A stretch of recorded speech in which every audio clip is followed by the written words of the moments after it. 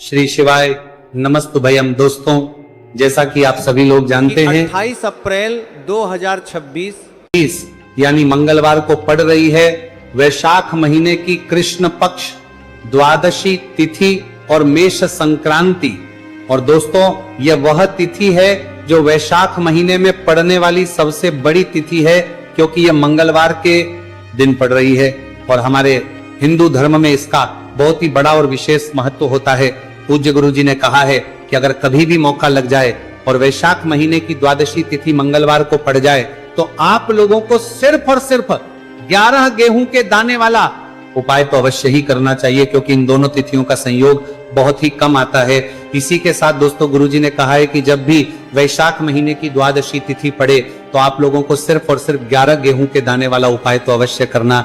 ये उपाय इतना खास है कि अगर आपने सही मुहूर्त पर सही क्रिया अनुसार 11 गेहूं के दाने वाला उपाय कर लिया, जो प्राचीन काल के समय का महा उपाय है, तो मान के चलिए दोस्तों, महादेव जी के आशीर्वाद से आपके जीवन का कितना ही बड़ा दुख हो उससे आपको मुक्ति मिल जाएगी। आपकी कोई भी मनोकामना हो, मान लीजिए आप नौकरी की तैयारी कर रहे थे तो आपकी नौकरी लग जाएगी, आपका बंद पड़ा व्यापार चल पड़ेगा।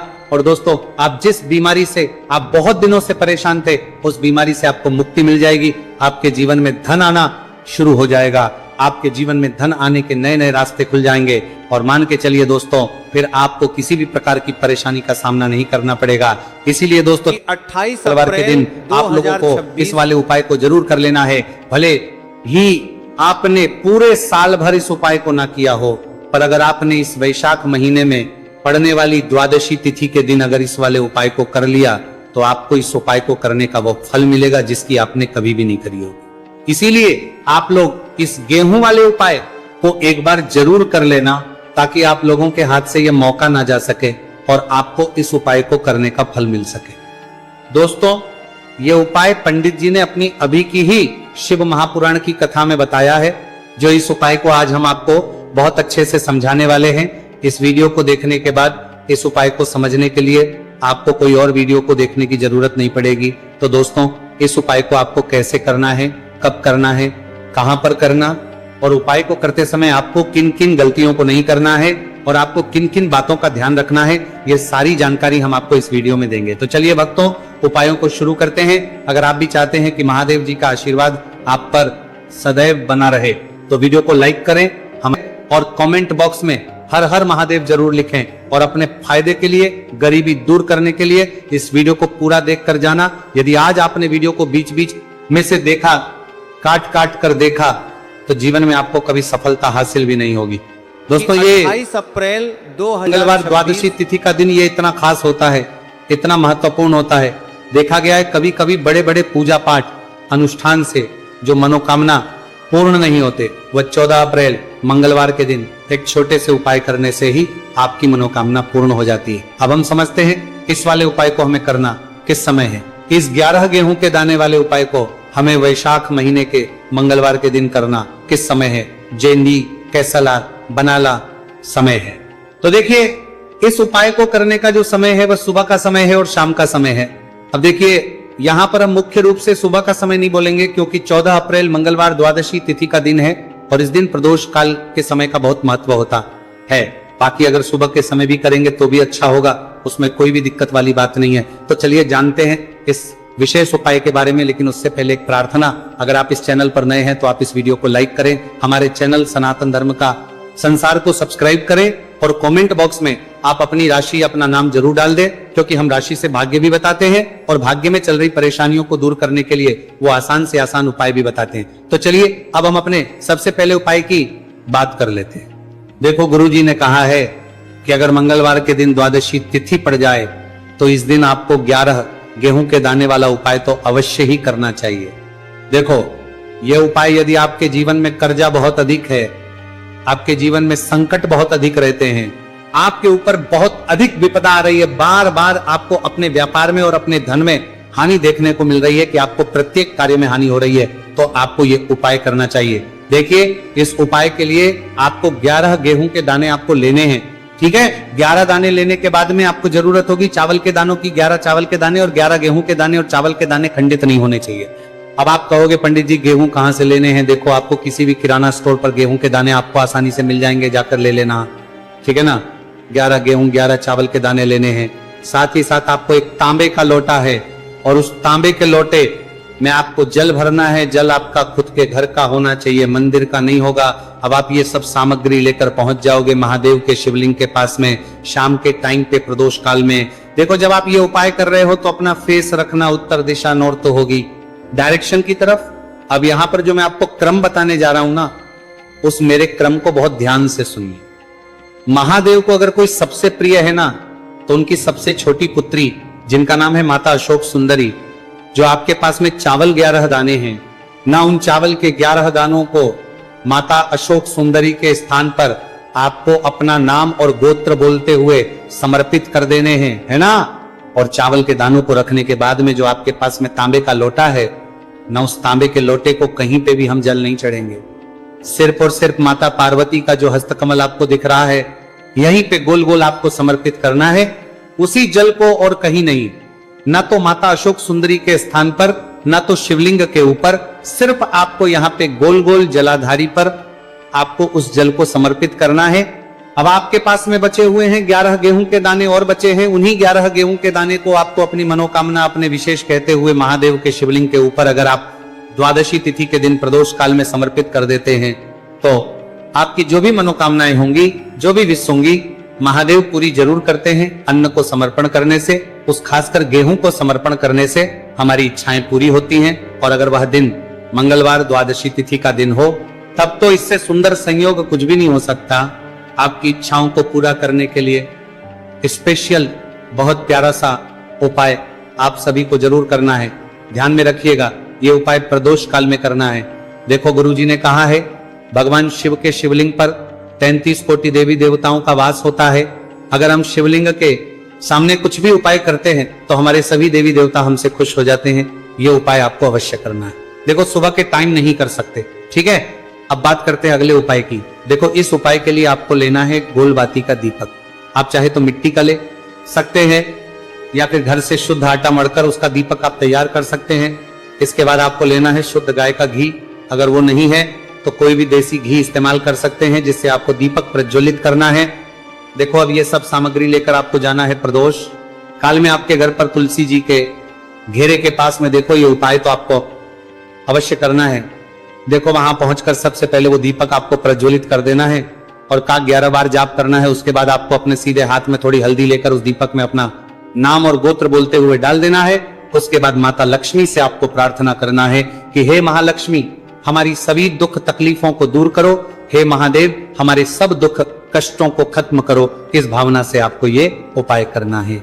चलिए अब बात कर लेते हैं दूसरे उपाय की। दोस्तों आप सभी जानते हैं कि मंगलवार द्वादशी तिथि का दिन समर्पित होता है भगवान महादेव को, या कि माता पार्वती को द्वादशी तिथि का दिन समर्पित होता है। और जब भी हम शिवलिंग के ऊपर कोई भी उपाय करते हैं तो इससे हमें एक साथ भगवान महादेव की और माता पार्वती की कृपा प्राप्त हो जाती है। देखिए दोस्तों, गुरुदेव ने बताया है कि मंगलवार के दिन किया जाने वाला यह सबसे खास और सर्वश्रेष्ठ उपाय है। 7 चने की दाल लेनी है। देखिए आप 7 चने की दाल भी ले सकते हैं या फिर 11 भी ले सकते हैं, 21 या फिर 108 चने की दाल ले सकते हैं। यदि आप 21 चने की दाल लेते हैं तो यह आपके उपाय के लिए अत्यधिक सर्वोत्तम होता है। तो इस प्रकार से आप कम से कम 7 चने की दाल ले सकते हैं और अधिक से अधिक आप 108 चने की दाल ले सकते हैं। अब देखिए इसी के साथ में आपको मात्र 1 लोटा शुद्ध जल लेना होगा तांबे के पात्र के अंदर अपने ही घर से, और साथ ही में आपको मात्र 1 से 2 गू के टुकड़े भी लेने हैं। देखिए मंगलवार द्वादशी तिथि का दिन भगवान महादेव को होता है। आपको ये जो सारी सामग्रियां हैं इन्हें लेकर के पहुंच जाना है भगवान शिव के मंदिर में। इस उपाय को आप सुबह से लेकर के शाम तक किसी भी समय में कर सकते हैं, लेकिन यदि आप शाम के समय इस उपाय को करते हैं तो यह उपाय आपके लिए और अधिक सर्वोत्तम होता है। तो यदि आपको प्रदोष काल के समय में मिल जाता है तो फिर आप प्रदोष काल में भी कर सकते हैं, या फिर आप पूरे ही दिन में किसी भी समय इस उपाय को कर सकते हैं। शिव मंदिर पहुंचने के बाद सबसे पहले तो आपको दक्षिण दिशा में बैठ जाना है। उत्तर दिशा की तरफ आपको अपना मुख कर लेना है लेकिन यदि शिवालय में भीड़ है, शिव मंदिर में भीड़ है, तो फिर आप किसी भी दिशा में बैठकर इस उपाय को कर सकते हैं। तो देखिए, सबसे पहले आपके पास जो गुड़ के टुकड़े हैं, जो आप गुड़ के टुकड़े लेकर के आए थे, उन्हें आपको शिवलिंग के सामने ही जो आपके पास एक लोटा जल है, उस पात्र में आपको ये गुड़ के टुकड़े डाल देना है। इसी के साथ में आप जो चने की दाल लेकर के थे, चाहे आप 7 चने की दाल लेकर के आए हैं, 11, 21 जितने भी आप चने की दाल लेकर के आए हैं, इस चने की दाल के ऊपर आपको जो आपके पास गुड़ वाला जल आपने तैयार किया है, इसमें से थोड़ा सा जल आपको इस चने की दाल पर डाल लेना है। अब देखिए, आपके पास जो गुड़ वाला जल है, इसमें से सबसे पहले थोड़ा सा जल आपको श्री गणेश जी वाले स्थान पर समर्पित कर देना है। श्री शिवाय नमस्तु भयम इस मंत्र का जाप करते हुए फिर थोड़ा सा जल आपको श्री कार्तिकेय जी वाले स्थान पर समर्पित करना है। श्री शिवाय नमस्तु भयम इस मंत्र का जाप करते हुए फिर थोड़ा सा जल आपको माता अशोक सुंदरी वाले स्थान पर भी समर्पित करना है। श्री शिवाय नमस्तु भयम इस मंत्र का जाप करते हुए फिर थोड़ा सा जल आपको माता पार्वती के हस्त कमल पर समर्पित करना है और आपको श्री शिवाय नमस्तु भयम इस मंत्र का जाप कर लेना है। अब देखिए दोस्तों, आपके पास जो सा जल और शेष बचेगा, इसमें से आपको केवल थोड़ा सा जल शिवलिंग पर अर्पित कर देना है और अंत में आपको उस पात्र में थोड़ा सा जल और शेष बचाना है। पूरा जल आपको शिवलिंग पर अर्पित नहीं करना है, अंत में आपको थोड़ा सा जल और शेष बचाना है। अब देखिए, आप जितनी भी चने की दाल लेकर के आए हैं, अगर आप 7 चने की दाल लेकर के आए हैं, तो आपको 7 बार श्री शिवाय नमस्तु भयम इस मंत्र का स्मरण कर लें। यदि 11 चने की दाल लेकर के आए हैं, तो फिर आपको 11 बार इस मंत्र का जाप करना है। जितनी भी चने की दाल लेकर के आए हैं, उतनी बार आपको श्री शिवाय नमस्तु भयम इस मंत्र का जाप करना है। और फिर आपको ये जो चने की दाल है, इसे शिवलिंग के ऊपर ही समर्पित कर देनी है। लेकिन आपको ये चने की दाल बृहस्पतिश्वर महादेव का स्मरण करते हुए ही शिवलिंग पर अर्पित कर देनी है और आपको अपनी मनोकामना को भी बोल देनी है। आप जो भी मनोकामना है, चाहे वो धन प्राप्ति को लेकर हो, नौकरी से संबंधित हो, विवाह से संबंधित हो, या फिर आपके मकान जमीन जायदाद से संबंधित हो, चाहे ग्राहक क्लेश से संबंधित हो, या फिर किसी भी प्रकार की जो मनोकामना है, उसे आपको बृहस्पतिश्वर महादेव से परिपूर्ण करने की प्रार्थना कर लेनी है। और इसके बाद आपके पास जो पात्र के अंदर थोड़ा सा से जल और बचा हुआ था, इसे भी आपको धीरे धीरे भगवान शिव की पर ही अर्पित कर देना होगा।